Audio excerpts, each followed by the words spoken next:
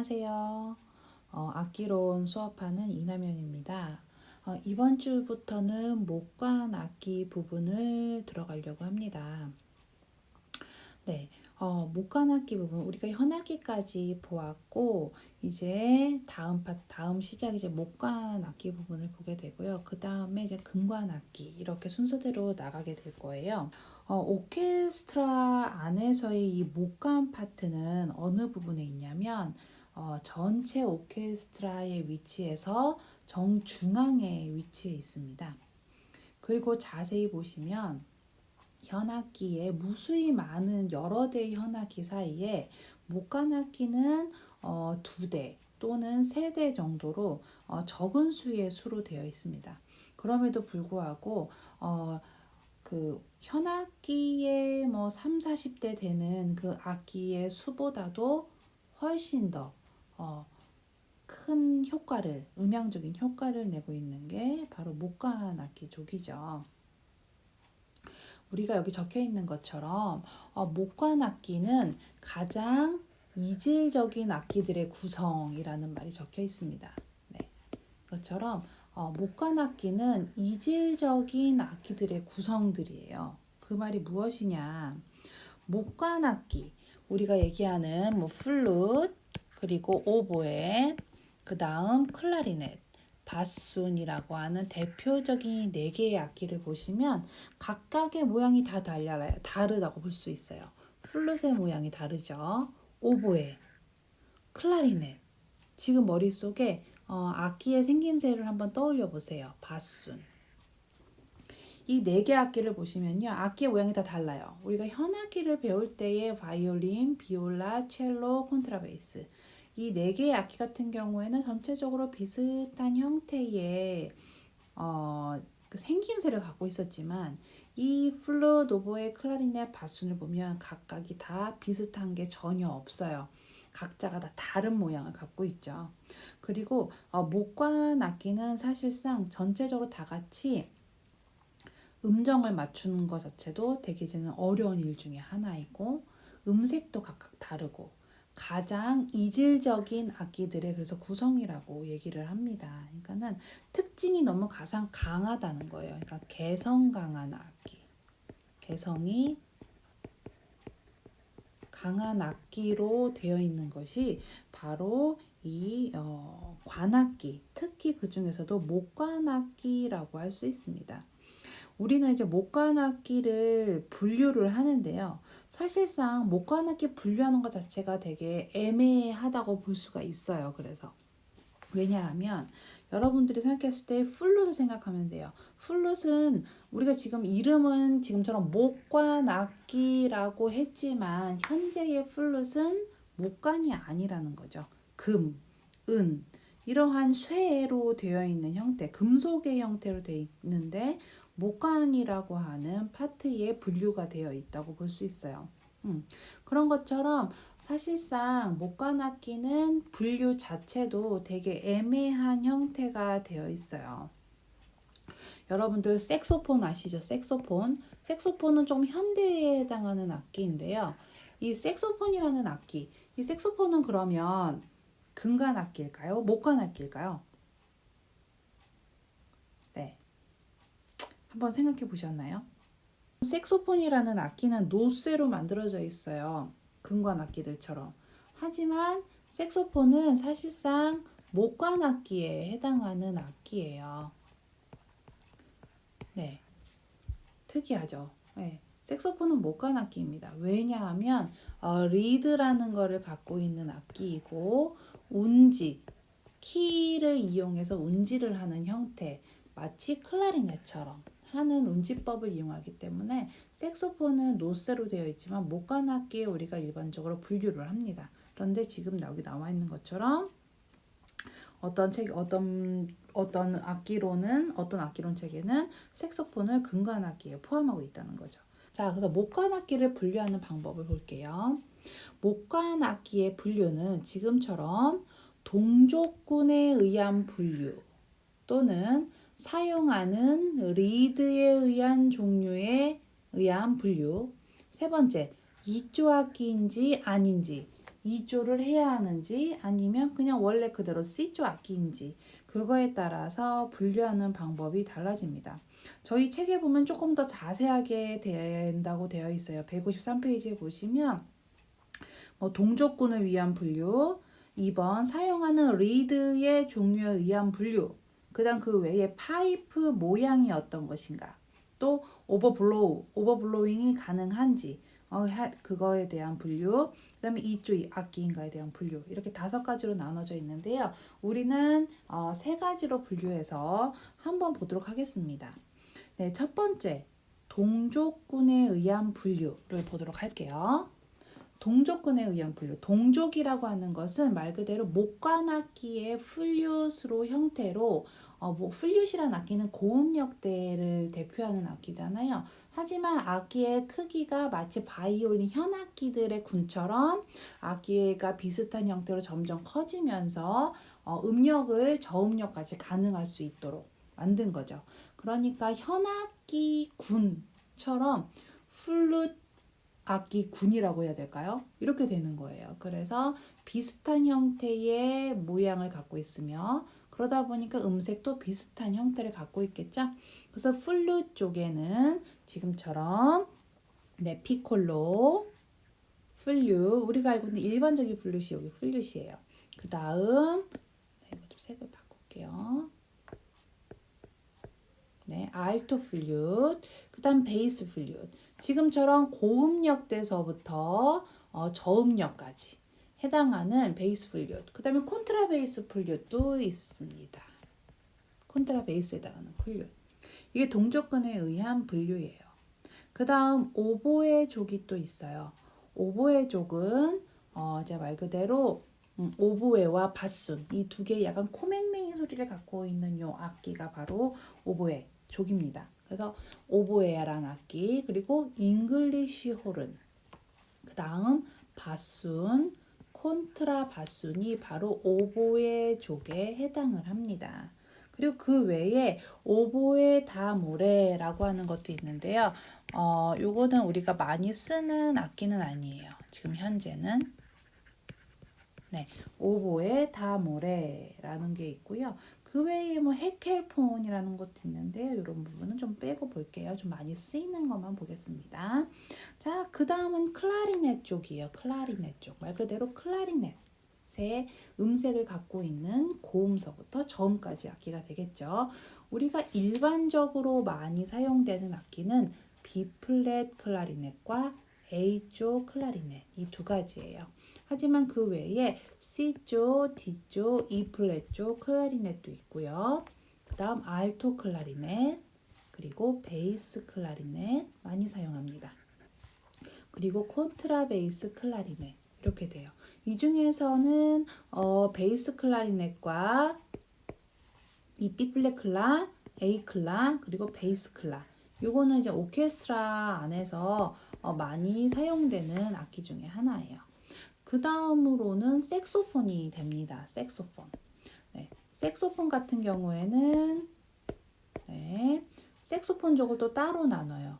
그래서 소프라니노, 소프라노, 알토, 테너 색소폰, 바리톤 색소폰, 베이스 색소폰까지 각각의 악기를 음역별로 다시 이렇게 나누게 돼요. 어떻게 보면 현악기도 동족군에 의한 분류라고 볼 수 있는 거죠. 지금처럼 이렇게 나눠지다 보니까 이 플룻을 가지고만 하는 플룻 앙상블이 가능해지는 거예요. 근데 오보에만 하는 앙상블은 없어요. 왜냐면 오보에라는 소리 자체가 너무 강렬해요. 특히 목관악기 군에서 오보에가 가장 강렬하다고 볼 수 있기 때문에 오보에를 가지고 앙상블을 많이 하진 않습니다. 하지만 클라리넷도 가능하고요. 색소폰도 색소폰 앙상블이라고 해서 색소폰을만 가지고 이렇게 큰 단체로 이제는 연주를 할 수 있도록 앙상블을 오케스트라처럼 만들고 하죠. 그런 것처럼 동족군에 의한 분류를 하게 되면 전체적으로 또 현악기를 위한 오케스트라처럼 색소폰 오케스트라 이렇게 만들 수 있어요. 그게 바로 동족군에 의한 분류라고 할 수 있습니다.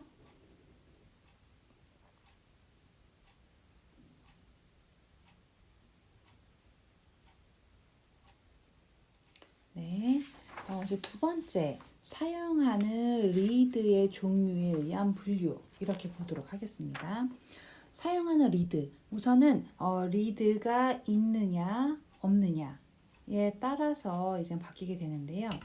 여기서 리드라고 하는 것은 앙부쉐라는 말과 이제 함께 씁니다. 앙부쉐. 우리가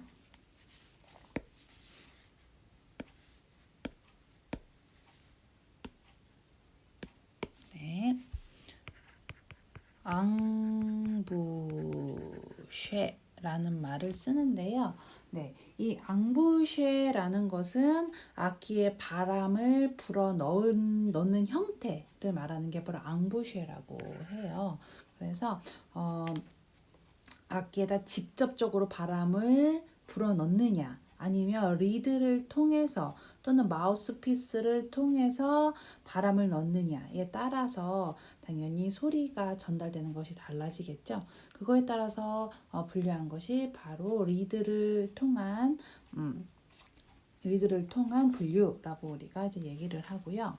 자, 지금 보이는 그림처럼 첫 번째에 해당하는 이 리드는 오보에의 리드입니다. 오보에 같은 경우에는 겹리드라고 얘기를 해요. 우리가 겹리드. 리드가 얇은 두 개의 얇은 대나무가 이제 두 개 겹쳐 있는 형태로 우리가 바람을 불어 넣으면 두 개의 리드가 떨려서 소리를 내는 거죠. 마찬가지 바순의 리드도 겹리드예요. 네, 겹리드의 형태를 갖고 있고요. 자, 두 개는 그래서 두 개의 리드, 이제 두 개의 리드가 떨리면서 같이 소리를 내게 되죠. 그 다음에 클라리넷 같은 경우는 지금처럼 마우스피스와 그 다음에 리드가 있습니다. 그리고 클라리넷 같은 경우에는 우리가 혼리드라고 얘기해요. 혼리드. 네. 홑리드라고 얘기하고요. 하나의 얇은 마치 이렇게 아이스크림 먹고 나면 남는 그 나무 막대처럼 얇은 막대로 되어 있습니다. 그리고 클라리넷 외에 또 색소폰도 바로 여기에 이제 해당을 하죠. 그래서 이제 오보에 리드, 그다음에 바순의 리드, 그다음에 클라리넷과 색소폰의 리드는 이렇게 되어 있습니다. 그래서 리드가 있는 것, 그 중에서도 또 리드가 한 개인 것, 리드가 두 개인 것, 또는 리드가 없는 것에 따라서 이렇게 종류가 나눠집니다. 자, 사용하는 리드의 종류에 의한 분류. 첫 번째, 리드가 없는 목관악기로 볼 수 있겠죠. 그래서 모든 플룻, 우리 플룻은 리드가 없어요. 리드가 없이 그냥 마우스피스에 바로 이제 바람을 불어넣죠. 그리고 마찬가지 리코더도 없어요. 리코더도 없이 바로 마우스피스에 바로 바람을 불어넣습니다. 그 다음에 한 개의 리드, 그러니까 혼리드를 갖고 있는 악기. 네, 혼리드를 갖고 있는 악기는 모든 클라리넷과 그리고 색소폰이 여기에 이제 해당을 하고요. 그 다음 겹리드라고 했죠. 아까 나왔던 겹리드. 겹리드를 갖고 있는 악기는 오보에 쪽에 해당하는 악기들이 다 겹리드라고 보시면 돼요. 그래서 오보에, 잉글리쉬 혼, 바순, 콘트라바순, 오보에 다모레, 헤켈폰이라고 했던 악기들이 다 겹리드를 가지고 있는 악기라고 할 수 있습니다. 네, 안녕하세요. 악기론 수업하는 이남현입니다. 이번 주부터는 목관 악기 부분을 들어가려고 합니다. 네, 목관 악기 부분 우리가 현악기까지 보았고 이제 다음 시작 이제 목관 악기 부분을 보게 되고요. 그 다음에 이제 금관 악기 이렇게 순서대로 나가게 될 거예요. 저희 이제 책 관현악 기법 연구라고 하는 책에서는 이제 152페이지 조금씩 저랑 페이지가 좀 다를 수 있습니다. 그 부분에서 목관 파트라는 부분이 나오는데요. 오케스트라 안에서의 이 목관 파트는 어느 부분에 있냐면 전체 오케스트라의 위치에서 정중앙에 위치해 있습니다. 그리고 자세히 보시면 현악기에 무수히 많은 여러 대의 현악기 사이에 목관악기는 2대 또는 3대 정도로 적은 수의 수로 되어 있습니다. 그럼에도 불구하고 그 현악기에 뭐 3, 40대 되는 그 악기의 수보다도 훨씬 더 큰 효과를, 음향적인 효과를 내고 있는 게 바로 목관악기 족이죠. 우리가 여기 적혀 있는 것처럼 목관악기는 가장 이질적인 악기들의 구성이라는 말이 적혀 있습니다. 네, 이것처럼 목관악기는 이질적인 악기들의 구성들이에요. 그 말이 무엇이냐? 목관악기, 우리가 얘기하는 뭐 플룻, 그리고 오보에, 그 다음 클라리넷, 바순이라고 하는 대표적인 4개의 악기를 보시면 각각의 모양이 다 다르다고 볼 수 있어요. 플룻의 모양이 다르죠. 오보에, 클라리넷. 지금 머릿속에 악기의 생김새를 한번 떠올려 보세요. 바순. 이 4개 악기를 보시면요. 악기의 모양이 다 달라요. 우리가 현악기를 배울 때의 바이올린, 비올라, 첼로, 콘트라베이스. 이 4개의 악기 같은 경우에는 전체적으로 비슷한 형태의 그 생김새를 갖고 있었지만 이 플룻, 오보에, 클라리넷, 바순을 보면 각각이 다 비슷한 게 전혀 없어요. 각자가 다 다른 모양을 갖고 있죠. 그리고 목관 악기는 사실상 전체적으로 다 같이 음정을 맞추는 것 자체도 되게 어려운 일 중에 하나이고 음색도 각각 다르고 가장 이질적인 악기들의 그래서 구성이라고 얘기를 합니다. 그러니까는 특징이 너무 가장 강하다는 거예요. 그러니까 개성 강한 악기, 개성이 강한 악기로 되어 있는 것이 바로 이 관악기, 특히 그 중에서도 목관악기라고 할 수 있습니다. 우리는 이제 목관악기를 분류를 하는데요. 사실상 목관악기 분류하는 것 자체가 되게 애매하다고 볼 수가 있어요. 그래서 왜냐하면 여러분들이 생각했을 때 플룻을 생각하면 돼요. 플룻은 우리가 지금 이름은 지금처럼 목관악기라고 했지만 현재의 플룻은 목관이 아니라는 거죠. 금, 은 이러한 쇠로 되어 있는 형태, 금속의 형태로 되어 있는데 목관이라고 하는 파트에 분류가 되어 있다고 볼 수 있어요. 그런 것처럼 사실상 목관악기는 분류 자체도 되게 애매한 형태가 되어 있어요. 여러분들 색소폰 아시죠? 색소폰은 좀 현대에 해당하는 악기인데요. 이 색소폰이라는 악기, 이 색소폰은 그러면 금관악기일까요? 목관악기일까요? 네, 한번 생각해 보셨나요? 우리 교재에 보면은 중간쯤에 색소폰을 금관악기에 포함시키고 있다는 점은 무척 흥미로운 일이다 라고 중간에 적혀 있어요. 흥미로운 일이다. 아, 그러면 색소폰은 금관악기가 아닌가? 목관악기인가? 애매해요. 색소폰이라는 악기는 노쇠로 만들어져 있어요. 금관악기들처럼. 하지만 색소폰은 사실상 목관악기에 해당하는 악기예요. 네, 특이하죠. 네, 색소폰은 목관악기입니다. 왜냐하면 리드라는 거를 갖고 있는 악기이고 운지, 키를 이용해서 운지를 하는 형태, 마치 클라리넷처럼 하는 운지법을 이용하기 때문에 색소폰은 노쇠로 되어 있지만 목관악기에 우리가 일반적으로 분류를 합니다. 그런데 지금 여기 나와 있는 것처럼 어떤 악기론 책에는 색소폰을 금관악기에 포함하고 있다는 거죠. 참 그게 이제는 재밌는 흥미로운 일 중에 하나다라고 그래서 여기에는 적혀 있습니다. 자, 그래서 목관악기를 분류하는 방법을 볼게요. 목관악기의 분류는 지금처럼 동족군에 의한 분류 또는 사용하는 리드에 의한 종류에 의한 분류. 세 번째, 2조 악기인지 아닌지, 2조를 해야 하는지 아니면 그냥 원래 그대로 C조 악기인지 그거에 따라서 분류하는 방법이 달라집니다. 저희 책에 보면 조금 더 자세하게 된다고 되어 있어요. 153페이지에 보시면 동족군을 위한 분류, 2번 사용하는 리드의 종류에 의한 분류, 그다음 그 외에 파이프 모양이 어떤 것인가, 또 오버블로잉이 가능한지 그거에 대한 분류, 그다음에 이쪽이 악기인가에 대한 분류, 이렇게 5가지로 나눠져 있는데요. 우리는 3가지로 분류해서 한번 보도록 하겠습니다. 네, 첫 번째 동족군에 의한 분류를 보도록 할게요. 동족군에 의한 분류. 동족이라고 하는 것은 말 그대로 목관악기의 플룻으로 형태로 플룻이란 악기는 고음역대를 대표하는 악기잖아요. 하지만 악기의 크기가 마치 바이올린 현악기들의 군처럼 악기가 비슷한 형태로 점점 커지면서 음역을 저음역까지 가능할 수 있도록 만든 거죠.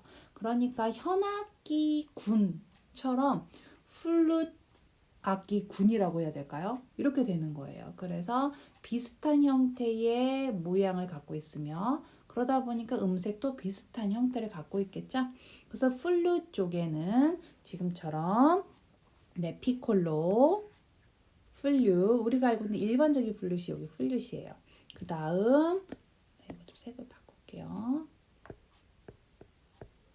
알토 플룻, 그 다음 베이스 플룻. 지금처럼 고음역대서부터 저음역까지 해당하는 베이스 플룻, 그 다음에 콘트라베이스 플룻도 있습니다.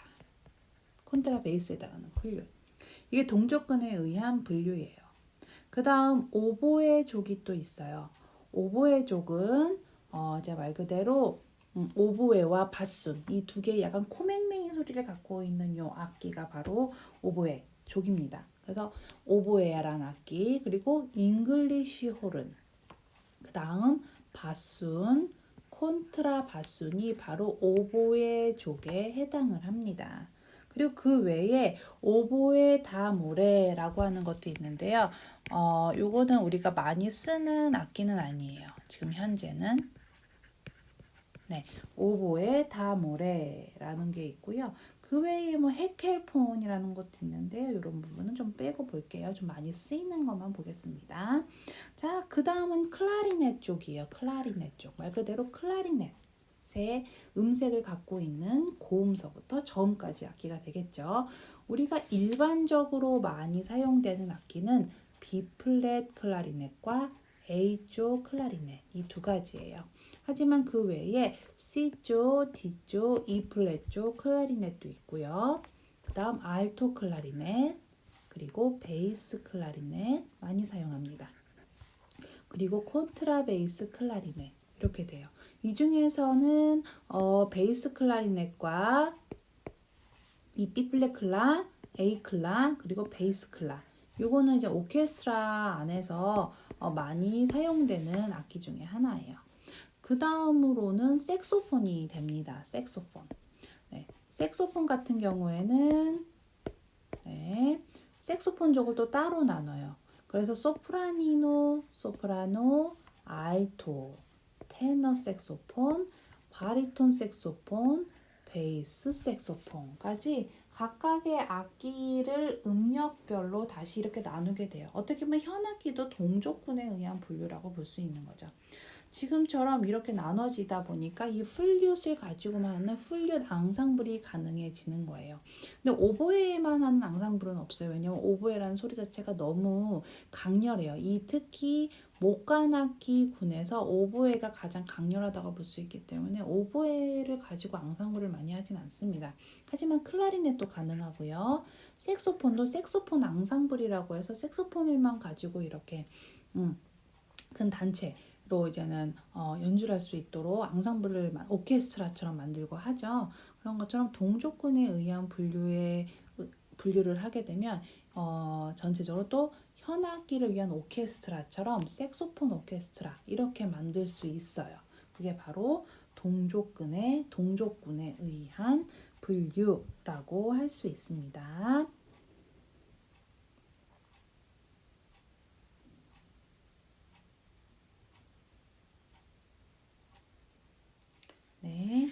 이제 2번째, 사용하는 리드의 종류에 의한 분류 이렇게 보도록 하겠습니다. 사용하는 리드, 우선은 리드가 있느냐 없느냐 따라서 이제 바뀌게 되는데요. 여기서 리드라고 하는 것은 앙부쉐라는 말과 이제 함께 씁니다. 앙부쉐. 우리가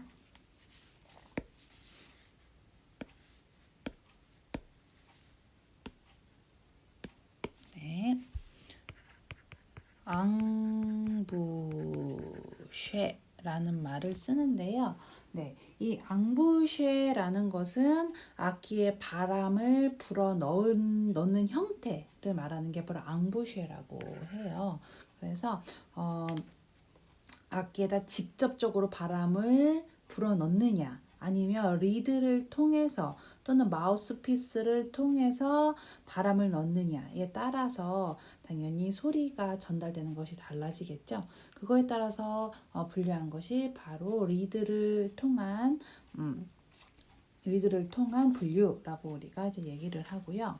자, 지금 보이는 그림처럼 첫 번째에 해당하는 이 리드는 오보에의 리드입니다.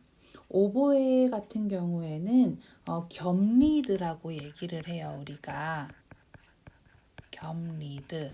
리드가 얇은 두 개의 얇은 대나무가 이제 두 개 겹쳐 있는 형태로 우리가 바람을 불어 넣으면 두 개의 리드가 떨려서 소리를 내는 거죠. 마찬가지 바순의 리드도 겸리드예요. 네, 겸리드의 형태를 갖고 있고요. 자, 두 개는 그래서 두 개의 리드, 이제 두 개의 리드가 떨리면서 같이 소리를 내게 되죠. 그 다음에 클라리넷 같은 경우는 지금처럼 마우스피스와 그 다음에 리드가 있습니다. 그리고 클라리넷 같은 경우에는 우리가 혼리드라고 얘기해요. 혼리드. 네. 홑리드라고 얘기하고요. 하나의 얇은 마치 이렇게 아이스크림 먹고 나면 남는 그 나무 막대처럼 얇은 막대로 되어 있습니다. 그리고 클라리넷 외에 또 색소폰도 바로 여기에 이제 해당을 하죠.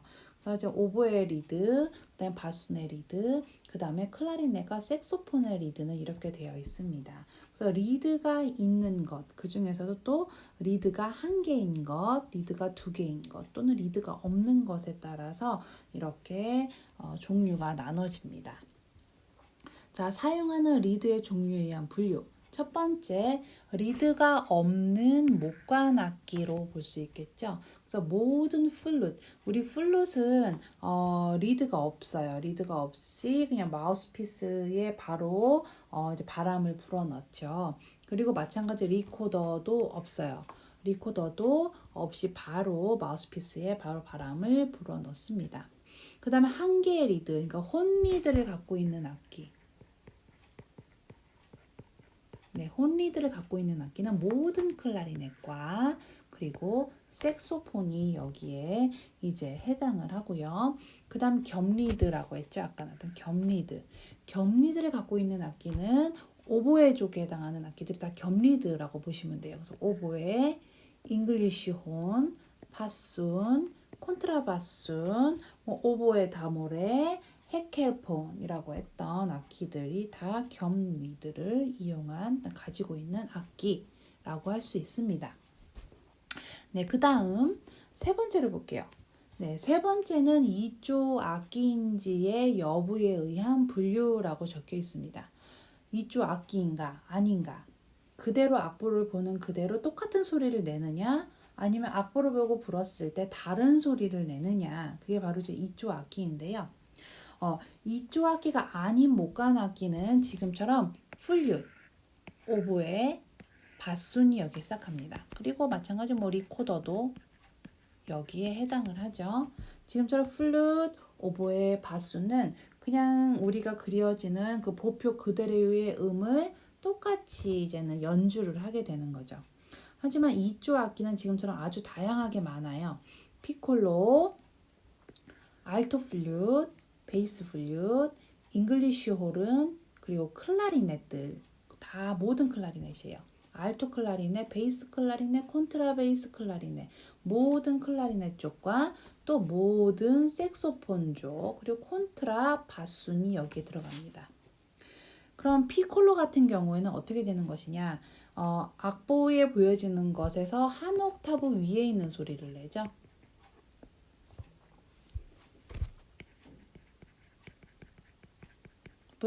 윗소리를 내는 것이 피콜로에 해당을 하고요. 다음 베이스 플룻 같은 경우에는 한 옥타브 아랫소리를 갖게 됩니다.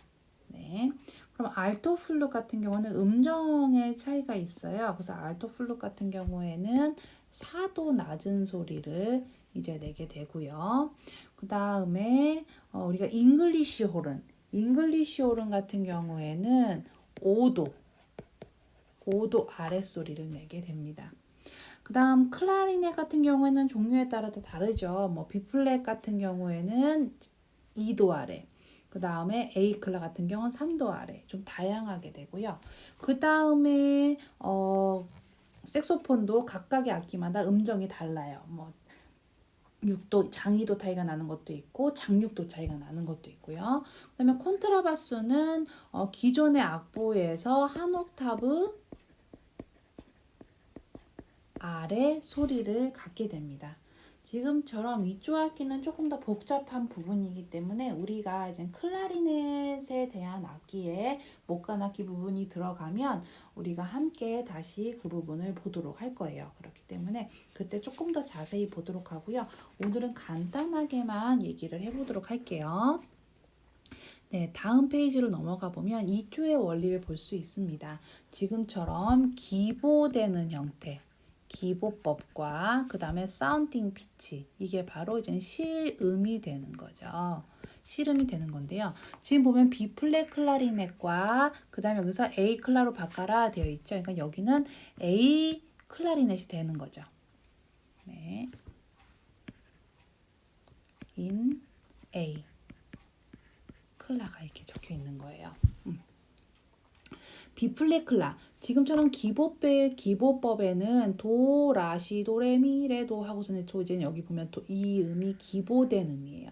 그런데 B 플랫 클라는 바로 도라는 음을 불면 C 플랫 소리가 난다는 뜻이거든요. 그래서 지금처럼 소리가 C 플랫, 도는 C 플랫으로 소리가 나요. 그러니까 정확히 말하면 장, 2도 아래 소리를 갖는 것이 바로 B 플랫 클라입니다. 그 다음을 보시면 A 클라 같은 경우에 도라는 음을 무슨 소리를 낸다? 이 라라는 소리를 낸다는 걸 볼 수 있어요. 그래서 여기서는 단 3도 아래로 소리를 내는 게 바로 실음입니다. 그래서 이 라라는 음은 지금처럼 파샵이라는 음으로 C 플랫은 솔, 도는 다시 라, 레 플랫은 C 플랫, 미 플랫은 다시 도, 레는 C, 도는 라. 지금 저는 단 3도 간격으로 떨어진 거예요. 그러니까 3도라고 보시면 안 되고요. 정확하게 단 3도 아래로 떨어지고 있다라고 여러분이 기억을 해주시면 돼요. 그래서 지금처럼 이조라는 것은 조금 우리가 복잡합니다. 여러분들이 나중에 이제는 우리가 보는 교재 안에는 바로 이제는 이조되는 부분 조금 더 자세히 나와 있지만 이 부분은 우리는 나중에 따로 보도록 할 거예요. 왜냐하면 너무 지금 보기에는 어려워요. 그래서 조금 더 하루의 정도의 시간을 두고 강의할 때, 클라리넷 강의할 때 조금 더 집중적으로 보도록 하겠습니다.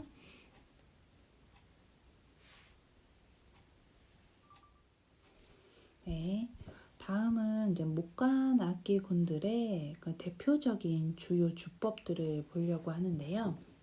뭐 비브라토, 그다음 아티큘레이션은 뭐 그래서 텅잉을 어떻게 한다거나 아니면 스타카토 또는 슬러에 의해서 어떻게 움직이는지 그런 것들을 볼 수 있고요. 그다음 프레이징, 또 이제는 레가토로 움직이는 선율들, 그다음에 텅잉, 그리고 특수주법, 20세기 음악에서 많이 사용되는 주법들을 보도록 하겠습니다. 네, 첫 번째 이제는 비브라토 부분을 보려고 하는데요. 사실 목관 악기 같은 경우에는 비브라토를 굳이 이렇게 나타낸 말로 쓰지는 않고요. 일반적으로 대부분의 음악은 이제 음표가 나타나면 그 음을 연주할 때 비브라토와 함께 이제 움직이게 됩니다. 그래서 현악기 같은 경우는 우리가 손가락을 이용해서 진동을 시킴으로써 이제는 비브라토를 내고 있는데요.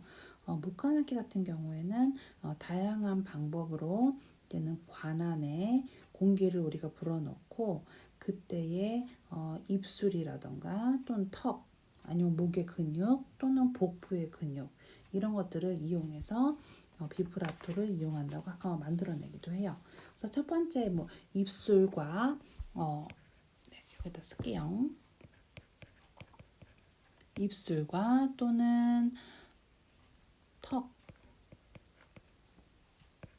턱을 이용해서도 이렇게 비브라토 소리를 만들어낼 수 있다고 합니다. 그래서 클라리넷이나 색소폰에서는 그런 것들이 일반적으로 가능하고 오보에나 바순에서는 입술과 턱을 이용하는 방법은 좀 드물게 사용을 하고요. 그 다음에 이제는 목 근육을 이용해서 또는 목 근육을 이용해서도 가능합니다. 그리고 세 번째 복부의 근육을 이용해서 하는 경우는 오보에와 그다음 바순에게서 나타난다고 합니다. 그리고 어제는 목과 복부 근육을 이용하는 방법도 있다고 해요.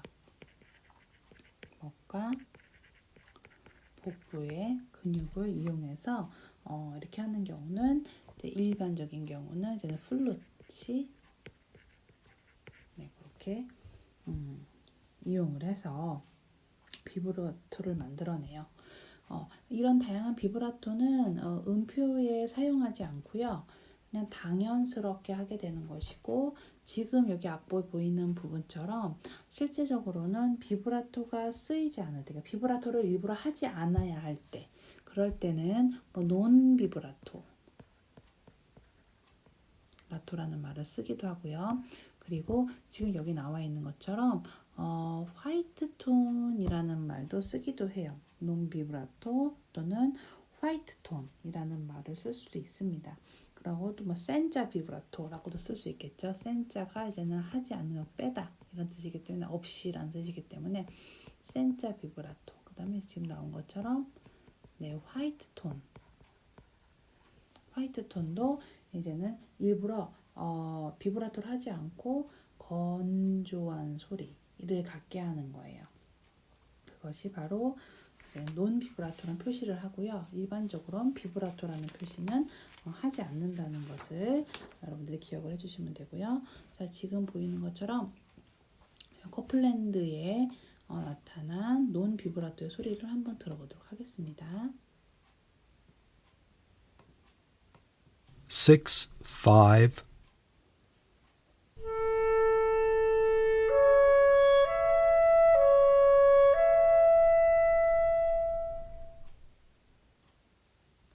네, 들어보시면 아주 되게 건조한 듯한 약간 좀 이렇게 입체적이지 않은 소리를 갖게 돼요. 다시 한번 들어볼게요. 6, 5.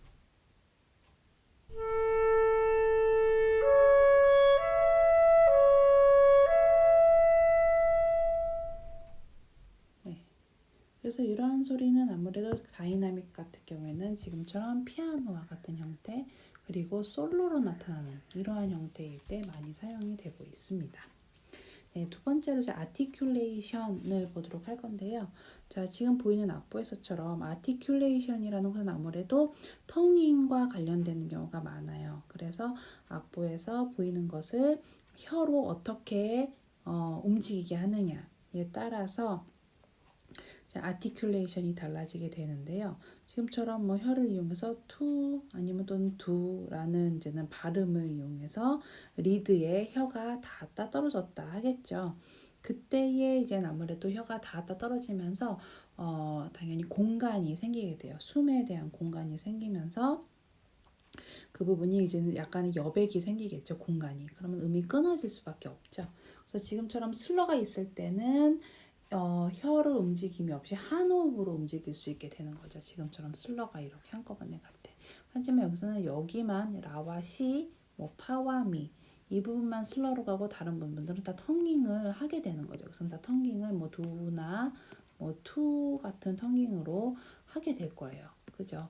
그래서 이 소리와 함께 되기 때문에 두 개의 지금처럼 목관악기 같은 경우에는 슬러가 어떻게 붙느냐, 그러니까 이음줄이 어떻게 되느냐, 또는 텅잉을 어떻게 하느냐에 따라서 사실상 음악적 분위기가 완전히 달라질 수 있게 돼요.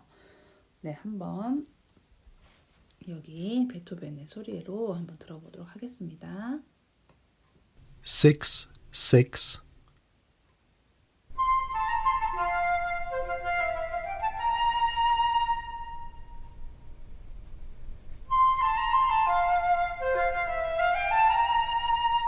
네, 똑같은 멜로디임에도 불구하고 A와 B는 A가 조금 더 발랄하고 경쾌함을 우리가 이제 느낄 수 있고요.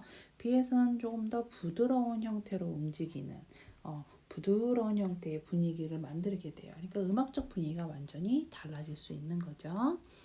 네, 그 다음을 보도록 할게요. 다음은 이제 완전 스타카토가 나와 있는 형태고요.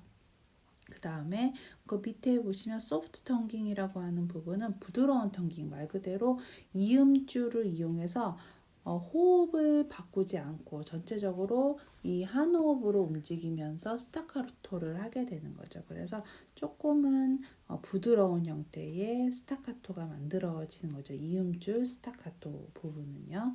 그래서 좀 이렇게 아티큘레이션의 선은 있지만 약간씩 음을 끊어서 연주하는 부분이 될 것이고요. 그다음에 클라리넷 여기 나와 있는 클라리넷 악보에서는 스타카토와 슬러를 교차로 움직이면서 지금 음의 길이가 짧을 때와 길 때의 소리가 어떻게 달라지는지 그 부분을 여러분들이 좀 쉽게 차이점을 느낄 수 있습니다. 첫 번째 스타카토 소리를 들어보도록 하겠습니다. 6, 7.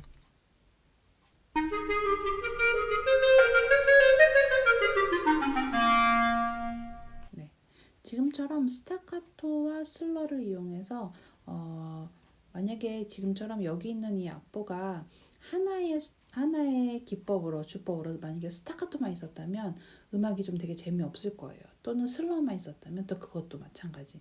지금처럼 스타카토와 슬러를 교묘하게 교차시키면서 나왔기 때문에 이 소리가 되게 좀 재밌게 들릴 수 있는 거죠. 6, 7.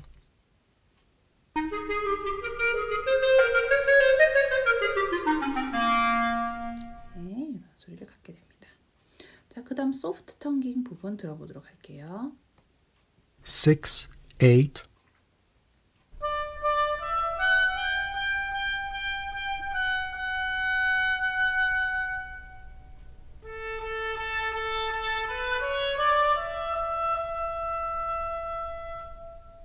네, 두 개의 차이를 느껴보실 수 있죠?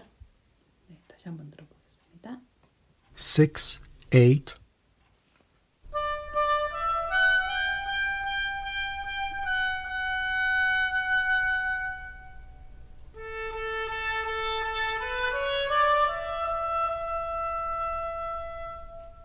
네. 자, 이제 텅깅을 더 보려고 하는데요. 네. 텅깅. 우리가 보통 싱글 텅깅으로 하는 형태가 두나 또는 투 형태로 움직이는 것. 네. 투나 두나 투 형태로 움직이는 것을 이제 싱글 텅깅이라고 합니다. 싱글 텅깅이라고 하는데 좀 빠른 패시지가 나왔을 때는 싱글 텅깅으로 움직이기에는 사실상 소리가 조금 더 둔하게 움직일 수가 있어요. 그렇기 때문에 우리가 더블 텅깅 또는 트리플 텅깅을 이용을 하게 되는데요.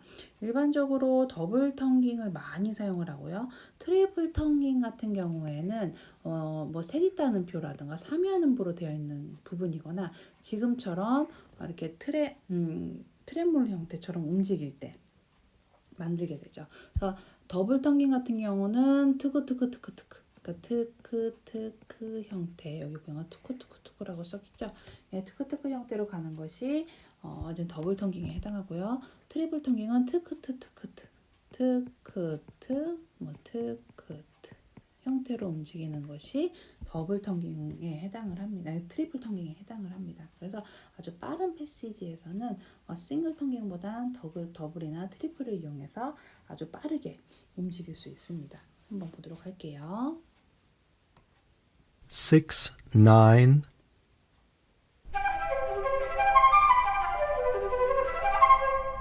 네, 더블 텅깅이었습니다. 6, 10,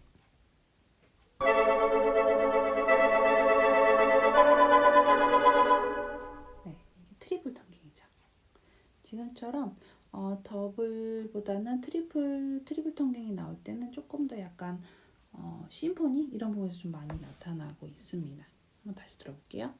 더블부터 6, 9,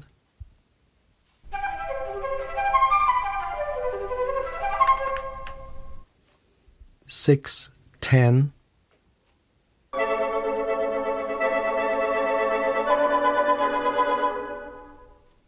네, 이렇게 해서 더블 텅깅과 트리플 텅깅을 들어봤고요. 자, 그 다음에 이제 목관 악기에서 특히 현악기보다는 이 목관이나 금관에서 특히 이러한 효과를 많이 쓰는데요. 우리가 강한 어택이라는 말을 써요. 네, 어택이라는 말을 쓰는데요. 그러니까 강한 어떠한 효과를 말하는 거예요. 효과. 강한 효과. 아유, 글씨가 잘 이상해 오늘 글씨가 좀 잘 제대로 안 써지네요. 다시 한번 쓸게요.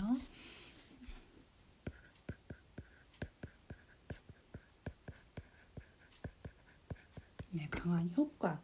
어떠한 데는 되게 갑자기 확 오는 효과, 강한 소리를 만들어내는 것인데요. 이제 호흡을 이용하는 거예요. 호흡을 이용해서 이제 소리를 갑자기 꽝 하고 커졌다가 다시 아주 작아진다거나 지금처럼 이걸 이제는 전자음악에서는 엔벨롭이라고도 얘기를 하고요. 어떠한 소리를 음량을 갑자기 확 줄인다거나 갑자기 확 크게 한다거나 그러한 효과를 가지고 우리가 이제는 어택이라고 얘기를 하고요. 그 효과가 사실 목관악기나 또는 금관악기에서 아주 좋은 효과를 갖고 있어요. 현악기보다는. 네, 그래서 지금처럼 여기 보이는 것처럼 포르테피아노의 형태가 나타난다거나 또는 스포르잔도의 피아노가 나타난다거나 또는 스포르잔도가 갑자기 나타난다거나 또는 갑자기 훅 작아지는 소리에서 갑자기 웅 하고 커지는 소리를 만들어낸다거나 이러한 다이나믹 또는 포르테에서 바로 피아노로 움직인다거나 네, 지금 여기 보이는 이러한 다이나믹이 아주 효과를 줄 수 있습니다. 한번 들어보도록 하겠습니다. 6, 11,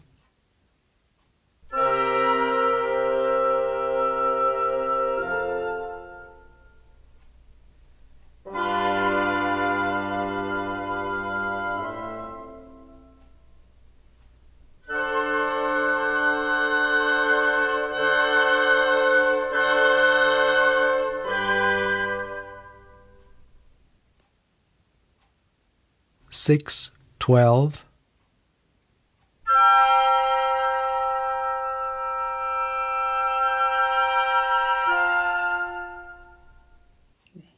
지금 주셨지만 뭐가 빵 이러한 효과예요. 지금 우리가 이런 효과는 우리가 지금은 이렇게 음원으로 듣지만 이러한 효과는 실제 공연장에서 들을 때 아주 효과적인 소리를 만들어냅니다. 네, 그 다음은 플라트 텅깅이라고 하는 건데요. 플라트 텅깅. 플라트 텅깅이라고 하는 것은 약간 특수적인 주법 중에 하나이기도 합니다. 어떻게 하는 것이냐면 혀를 굴리는 소리예요. 어떻게 보면 현악기에서 트레몰로와 같은 효과이지만 트레몰로보다는 매우 효과적인 소리를 갖고 있습니다. 그래서 이렇게 아르르 하고 혀를 굴리는 형태. 이제는 호흡을 할 때 혀를 빠르게 굴려서 플라트 텅깅은 혀를 빠르게 굴려서 진동시킴으로써 아르르 하고 들어가는 소리 때문에 이제는 소리가 이렇게 약간 따르르릉 하는 소리처럼 들리게 되는 거죠. 그래서 이 소리는 목관악기에서 대부분 다 가능해요. 그래서 플룻도 가능하고요. 플룻, 클라리넷, 뭐 색소폰 다 가능합니다. 한데 그런데 오보에도 가능은 해요. 그런데 오보에나 바수는 조금 더 어려움이 있어요. 네.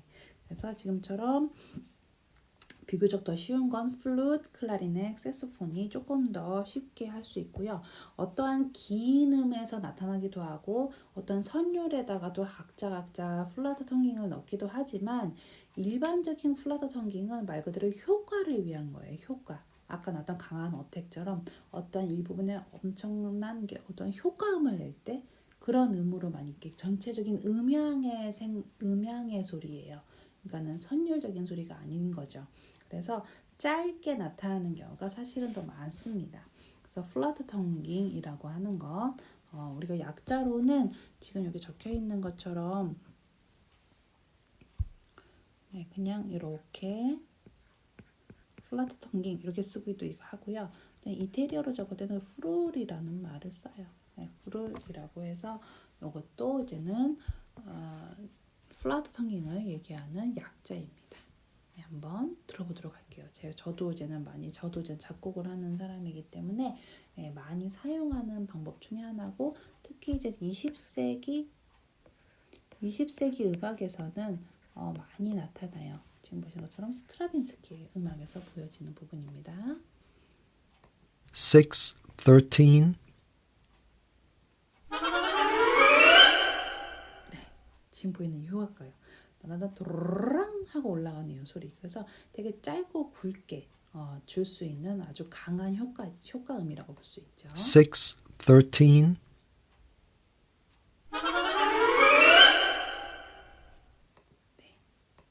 613. 이게 바로 플라트 텅깅에 해당하는 소리였습니다. 자, 그다음은 이제 글리산도. 우리 책에서는 이제 166페이지에 보시면 또 있는데요. 글리산도라는 것도 현악기처럼 목관악기도 가능해요. 그런데 그 중에서 글리산도의 1인자라고 할 수 있는 건 클라리넷이에요. 클라리넷과 그리고 우리가 색소폰도 같이 얘기를 합니다.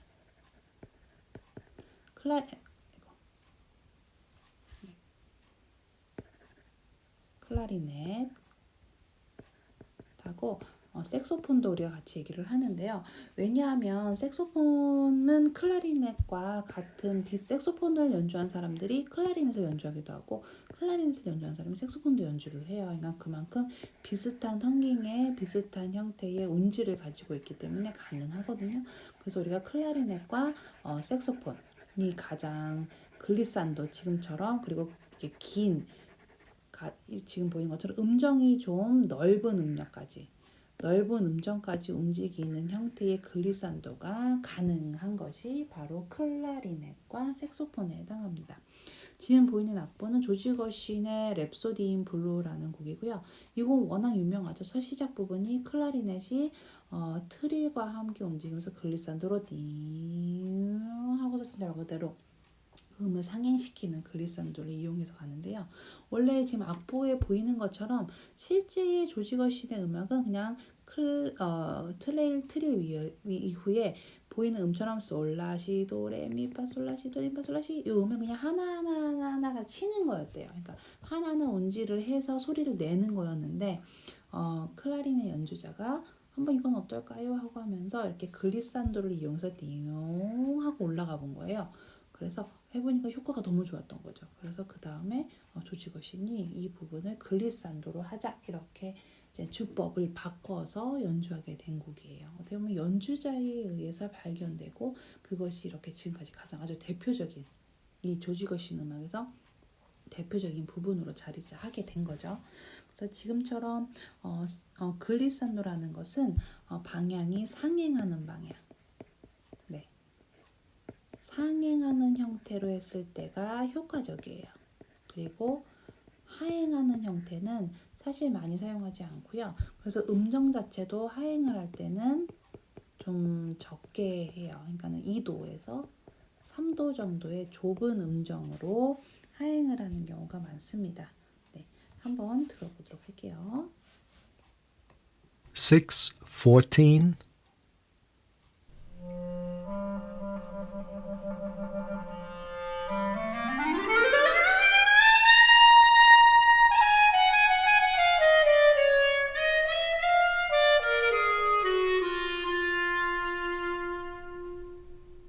네, 너무 유명하죠.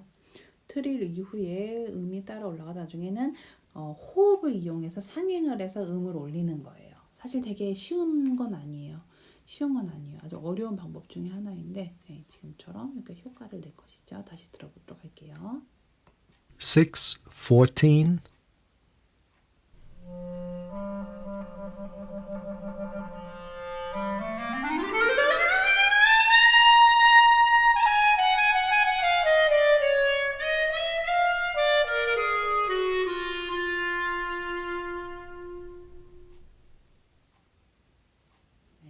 아주 멋진 소리죠. 네, 자, 그 다음으로 가볼게요. 네, 키클릭. 키클릭이라고 하는 소리는 정말 20세기 주법이에요. 이전에는 사용을 하지 않았고요. 이제는 목관악기 악기 안에서 이제 타악기적인 효과를 만드는 것. 이게 바로 키클릭이라고 하는 건데요. 말 그대로 이제는 관을 이제는 이 플룻이라는 악기가 관을 지나잖아요. 그때에 이제는 이 키를 누를 때 이 관에 있는 키를 손가락으로 탁 치면 아무래도 공기가 흐름이 생기겠죠. 공기의 흐름이 공기가 훅 하고 더 빨리 지나가게 될 거예요. 그러면 관을 통하면서 지금처럼 저음에 해당하는 키들이 음을 함께 내요. 공기와 함께 마치 부는 것처럼. 근데 당연히 우리가 텅깅을 이제는 마우스피스를 통해서 호흡을 불어 넣어서 내는 소리와는 다른 소리가 나요. 그래서 공기의 울림 소리가 나게 되는데요. 그게 바로 키클릭이라고 얘기합니다. 그래서 지금처럼 저음 부분에서 많이 사용을 하고요. 키를 움직여서 소리를 내요. 현대적인 주법인데 저도 많이 사용하는 주법 중에 하나고 또 좋아하는 소리 중에 하나예요. 한번 들어보도록 할게요. 6:16.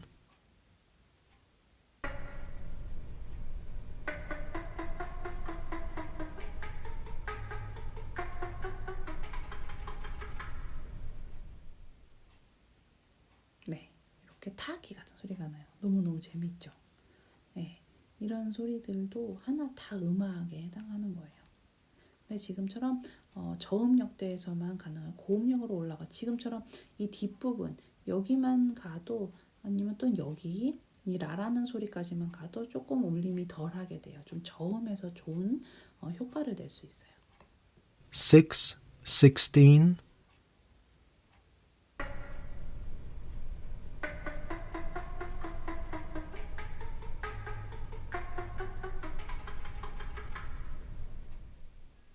네, 지금처럼 관을 통해서 공기가 지나가는 소리만으로도 이러한 음악을 만들어낼 수 있습니다.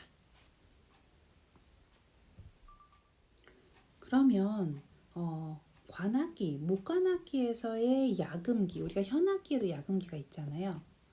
이 야금기는 있을까요? 없을까요? 네, 목관악기는 야금기가 없습니다. 목관악기는 야금을 하지 못해요.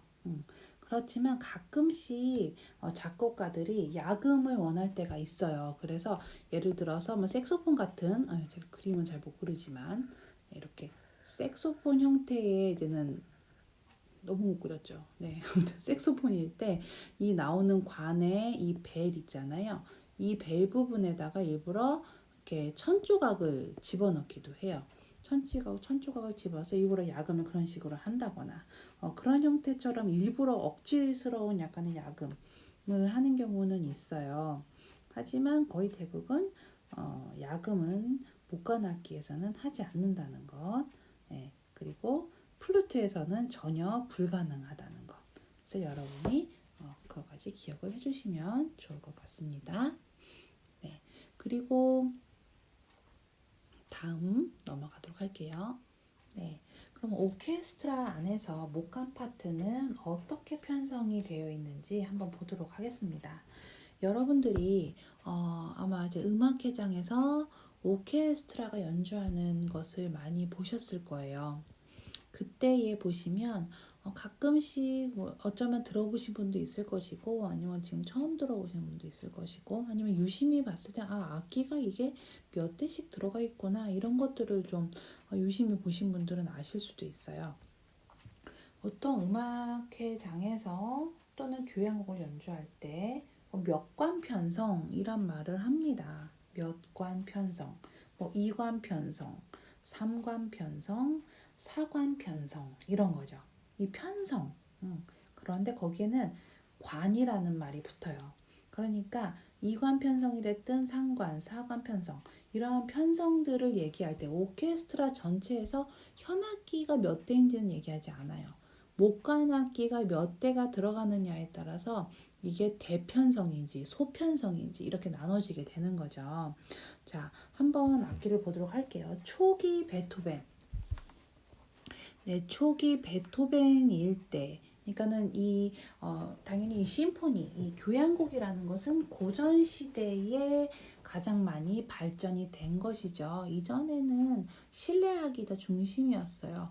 그러니까는 고전 시대에 들어가서 교향곡이라는 것도 크게 이제 발전을 했기 때문에 이때부터 시작이라고 보시면 돼요. 그러니까 하이든을 보면 되겠죠. 하이든이 거의 초기라고 볼 수 있고 베토벤이 후기에 해당을 하겠죠. 그래서 보면 고전 시대만 봤을 때 후기예요, 베토벤이. 자, 그러면 자 볼게요. 얼리 베토벤, 그러니까는 초기의 베토벤을 포함하는 초기의 고전 시대의 작곡가들이 쓴 오케스트라 안에서의 악기의 구성을 보면 지금처럼 플룻이 2대, 오보에가 2대가 들어갔고요. 클라리넷이 2대가 이렇게 들어갔습니다. 그리고 악기의 선택, 여기서의 악기의 선택은 조성에 따라서 달라졌어요. 그래서 클라리넷에서 뭐 B 플랫 클라리넷든 A 클라가 됐던 뭐 E 플랫이 될 수도 있고요. 지금 클라리넷의 조성이 바뀌어서 나타났다는 거. 그 다음 바순이 2대. 이렇게 클라리넷, 플룻 2대, 오보에 2대, 클라리넷 2대, 바순 2대. 이게 가장 일반적인 형태의 고전 시대의 초기 고전 시대의 모습이에요. 그러니까 이관 편성이라고 얘기합니다. 이걸 이관 편성. 네, 그러니까 관이 2개씩 들어갔다는 거예요. 목관이 플룻 2대, 오보에 2대, 클라리넷 2대 이렇게 2대씩. 자, 그러면 베토벤 이후의 오케스트라는 어떻게 바뀌었느냐 한번 보도록 할게요. 보면은 거기에 추가적으로 피콜로가 추가돼서 나타났어요. 그리고 플룻이 2대가 나타난 거죠. 그 다음 오보에가 또 2대가 있어요. 그런데 거기에 추가적으로 잉글리시 호른이 추가되었습니다. 그 다음은 클라리넷 2대가 들어가고요. 베이스 클라리넷이 추가적으로 하나 더 나타나요. 그 다음 바순이 2대가 들어갔지만 또 콘트라 바순이 하나 더 추가돼서 나타나요. 지금처럼 그러면 베토벤 이후의 오케스트라는 몇 관 편성이라고 볼 수 있을까요? 네, 플룻 쪽에 해당하는 게 3개, 오보에가 이렇게 3개, 클라리넷에 3개, 바순에 3개. 그러니까 베토벤 이후에는 상관 편성의 형태가 나타나기 시작합니다. 3관 편성. 이렇게 돼요. 네. 지금처럼 일반적인 2관 편성에 지금 보통 지금까지도 많이 쓰이는 방법은 2번의 방식을 많이 사용을 해요. 2번의 방식처럼 피콜로와 함께 플룻이 2대가 쓰이고요. 오보에와 함께 오보에의 그 찌르는 소리를 조금 더 보완시켜 줄 수 있는 잉글리시 호른이 함께 나와요. 플룻에서 더 고음이 필요한 피콜로가 있어야 됐었던 거죠. 클라리넷에서 저음을 받쳐줄 수 있는 베이스 클라리넷이 함께 들어가고요. 바순보다 더 아래에서 베이스를 더 든든하게 만들어줄 수 있는 콘트라 바순이 한 대가 더 들어가는 상관 편성의 모습이 보입니다. 근데 여러분들 아세요? 지금 나중에 이제 근관악기를 하게 될 것이지만 지금처럼 이관 편성의 형태가 나타났을 때 근관악기들도 두 대씩 들어가는 게 똑같아요. 하지만 여기에서 호른이란 악기는 이관 편성일 때 네 대가 들어가요. 두 배로 더 늘어나는 거죠. 그럼 삼관 편성일 때 몇 개가 들어갈까요? 네, 6대가 들어가는 거예요. 지금처럼 호른은 조금 더 대수가 늘어난다는 것을 여러분들이 이건 기억을 해주시면 좋겠습니다. 자, 그러면 세 번째에 해당하는 19세기 후반. 19세기 후반에서 20세기에 해당하는 대규모 편성, 대편성이라고 얘기를 해요, 우리가. 대편성일 때는 그럼 어떤 모습을 갖고 있는지 보도록 할게요. 네, 지금 이게 바로 19세기 후반 그리고 20세기에 해당하는 대규모 오케스트라의 편성이에요. 보시면 어떻게 더 늘었는지 보도록 할게요. 자, 피콜로가 우선 들어갔어요. 그죠? 피콜로. 그런데 피콜로가 어떨 때는 두 대가 쓰일 때도 있어요. 또는 지금처럼 뭐 알토 플룻이 중복될 수도 있고요. 근데 일반적으로 피콜로가 들어간 형태의 이제 플룻이 세 대가 들어가는 거죠. 세 대. 상관 편성에서 플룻이 한 대 더 늘어나는 거예요. 마찬가지 상관 편성에 잉글리시 호른이 들어간 상태에서 플룻 오보에가 세 대가 돼요. 그 다음 클라리넷도 C, D 또는 E 플랫 클라리넷이 쓰이고 거기에 두 대 또는 세 대의 클라리넷, B 플랫 클라리넷이나 A 클라가 합쳐서 나와요. 거기에다가 베이스 클라리넷이 또 나타나는 거죠. 네. 마찬가지 여기서 베이스 클라리넷이 두 대가 나타나는 경우도 종종 있어요. 이 경우는 많이 나타납니다. 바셋 호른이 나올 때도 있어요. 근데 보통 일반적으로 두 대의 베이스 클라리넷이 가장 많이 사용이 된다고 보시면 돼요.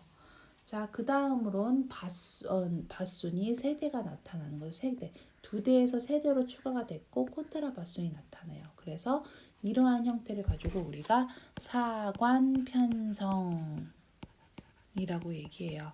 그래서 우리가 사관 편성을 대편성이라고 얘기를 합니다. 사관 편성을. 네.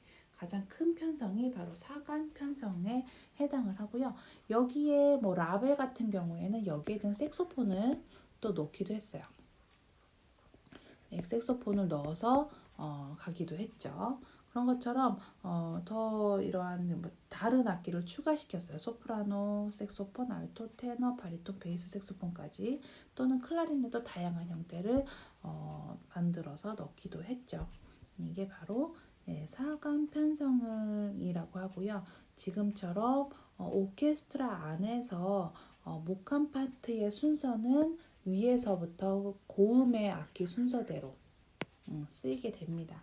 그래서 보표를 우리가 오케스트라 보표에서 플룻이 맨 위에 사용되고 그 아래에 오보에, 그 다음 클라리넷, 그 다음 바순 이렇게 이 형태로 보표가 만들어져요. 그래서 오선지가 지금은 없지만 예를 들어 오선지가 이렇게 있는 여기가 오선지가 있는 상태에 이렇게 악보라면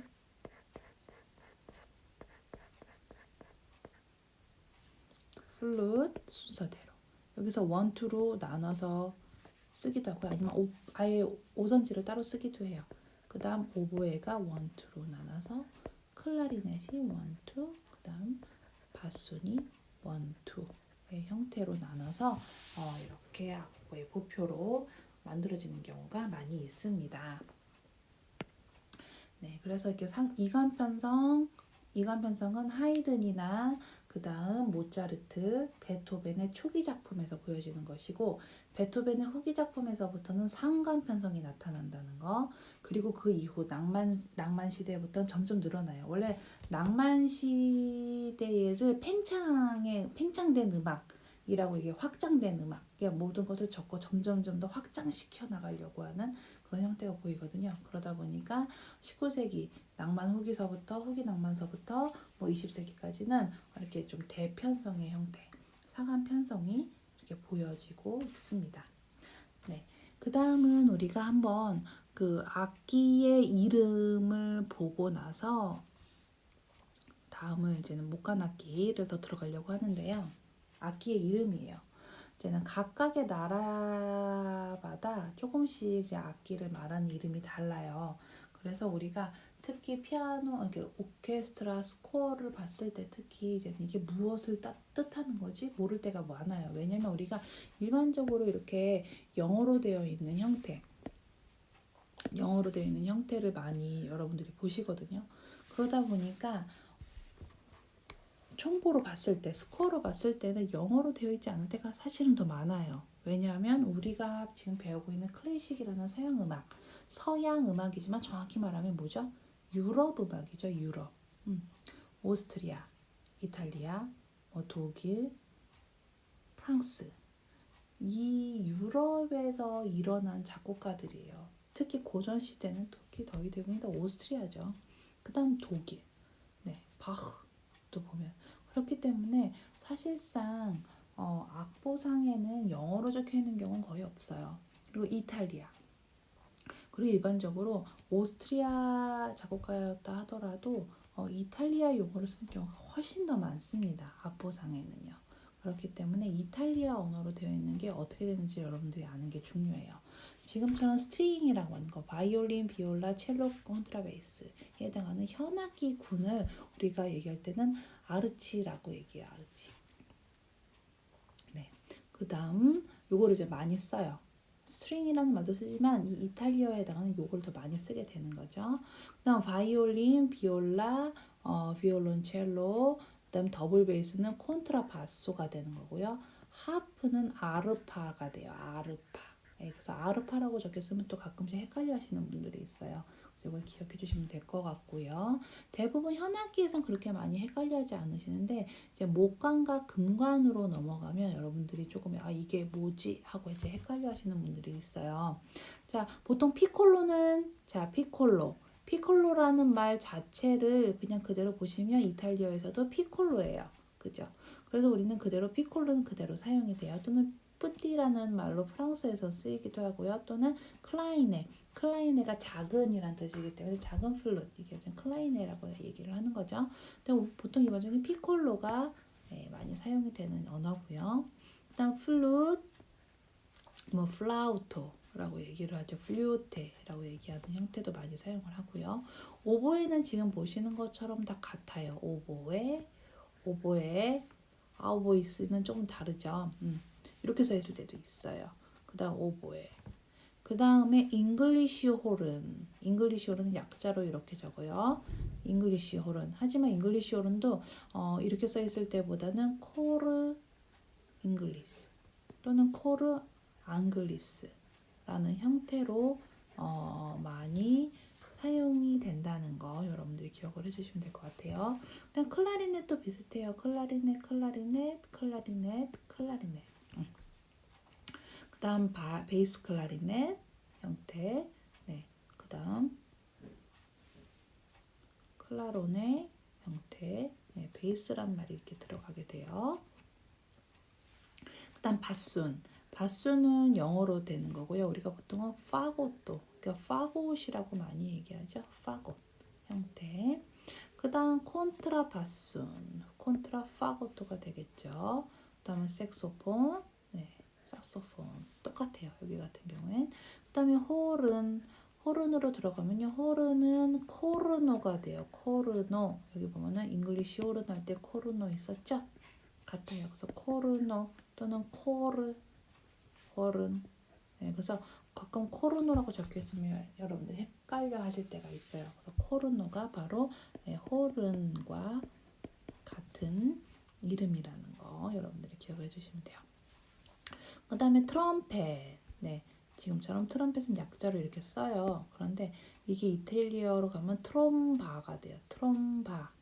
근데 여기서 왜 헷갈려 하시냐면 트롬본 때문에 트럼본, 이건 트럼보네가 돼요.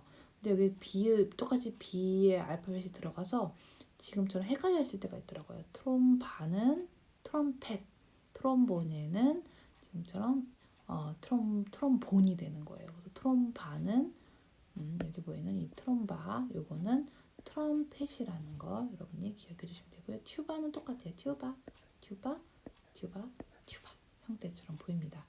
지금처럼 여러분들이 이 부분을 좀 기억을 해주시면 좋을 것 같습니다. 네, 이 부분은 악기의 이름이 어떻게 되는지 다양한 나라의 이름으로 여러분들이 알고 계셔야 뭐 이거를 뭐 스페링까지 외울 필요는 없지만 이렇게 눈으로 보고 이게 무슨 악기를 뜻하는구나 라고 여러분들이 알고 계셔야 나중에 총보를 보게 되더라도 이게 무슨 걸 뜻하는구나 알 수 있어요. 여러분들이 총보를 볼 수도 있어요. 네. 그리고 지휘법이라는 수업도 있지 않으세요? 네, 그죠? 그러면 지휘를 하려면 오케스트라 악보 같은 거 보면서 지휘를 한번 그래도 해보실 거 아니에요. 그렇기 때문에 지금처럼 각각의 이름이 어떻게 되는지 여러분들이 좀 기억을 해주시면 좋을 것 같고요. 지금까지의 내용을 우리 관현악기론 책의 22페이지의 내용에 또 간략하게 나와 있기도 하거든요. 여기 부분을 같이 보도록 할게요. 그 위에 보면 목관이라는 이름이 나타내듯이 오늘날에 와서 플룻과 피콜로가 새로 만들어지고 있기는 하나 오케스트라 목관군의 악기들은 거의가 나무로 만들어져 있다. 소리는 연주자의 숨에 의해 만들어지는데 대나무 쪽을 진동시키거나 플룻이나 피콜로의 경우 타원형의 구멍에 숨을 불어넣어 소리를 만들어낸다. 여기서 대나무 쪼글이란 뜻은 리드를 말하는 부분입니다. 어떤 경우든 간에 속이 비어있는 악기통 속으로 공기의 흐름에 진동이 생긴다. 이 공기통의 길이가 높이를 결정한다. 그래서 공기통의 길이가 짧으면 짧을수록 음은 높아지고요. 공기통의 길이가 길수록 음은 낮아진다라고 이렇게 적혀 있습니다. 그리고 그 아래 보시면 악기의 그림이 보입니다. 네, 더블 바순, 바순, 그리고 클라리넷, 베이스 클라리넷, 테너 색소폰이 보이고요. 오보에, 그 다음에 코르 앙글리스, 잉글리시 호른이라는 악기입니다. 그리고 플룻, 피콜로, 악기가 있습니다. 저희가 이제는 하나씩 또 보게 될 악기이기도 하고요. 자, 그 다음 아래를 볼게요. 각 목관 악기는 몸통 길이를 따라 여러 개의 구멍이 뚫려 있다. 이 구멍들은 키, 스프링 또는 지렛대 장치에 의해 조절되는데 어떤 구멍은 이런 기계적인 장치 없이는 도저히 연주자의 손가락으론 어떻게 할 수가 없다. 모든 구멍이 닫혀지면 제일 낮은 음이 나온다. 그 악기의 음역에서 제일 낮은 음이 나오게 되고요. 그리고 그러나 제일 밑의 구멍을 열면 공기가 그 구멍을 통해 빠져나가 악기 내부를 흐르는 공기통의 길이가 짧아져 높은 소리가 난다. 그래서 키가 점점점 떨어질수록 우리는 이제는 음이 높아진다는 것을 알 수 있습니다. 아래의 그림을 보시면 여러분들도 이해하실 수 있을 거예요. 그 다음에 보면 플룻, 오보의 바수는 소위 세게 불어서 세게 불어서 오버블로잉이라고도 합니다. 옥타브 위에 소리를 낸다. 이렇게 조금 호흡을 좀 빠르게 내보내면서 세게 불면 오버블로잉이라고 해서 낮은 음역에서 한 옥타브 위에 있는 음의 소리를 나게 되는 거죠. 연주자는 벤트라고 하는 조그마한 구멍을 열어 어떤 특정 지점에서 공기가 들어오도록 만든다. 이렇게 하면 공기통이 전체적으로 진동하는 것을 막기 때문에 높은 소리를 낸다. 그래서 클라리넷은 이러한 방법으로 세게 불면 12도 위에까지 소리를 낼 수 있다고 합니다. 그 다음 23쪽을 보면은요. 하이든이 그의 마지막 교향곡을 쓰고 베토벤은 그의 첫 번째 교향곡을 쓰기 시작했던 18세기 말경 우리 아까 봤던 부분이죠. 네, 거기에서 이제 베토벤의 이전과 베토벤의 이후 이런 식으로 오케스트라 악기의 편성이 어떻게 되는지를 봤었죠. 그것처럼 여기에 나오는 내용은 18세기 말경에 목강구는 2개, 그래서 목강군에 2개, 플룻 2개, 오보에 2개, 클라리넷 그 다음에 2개, 바순으로 구성되어 있었다.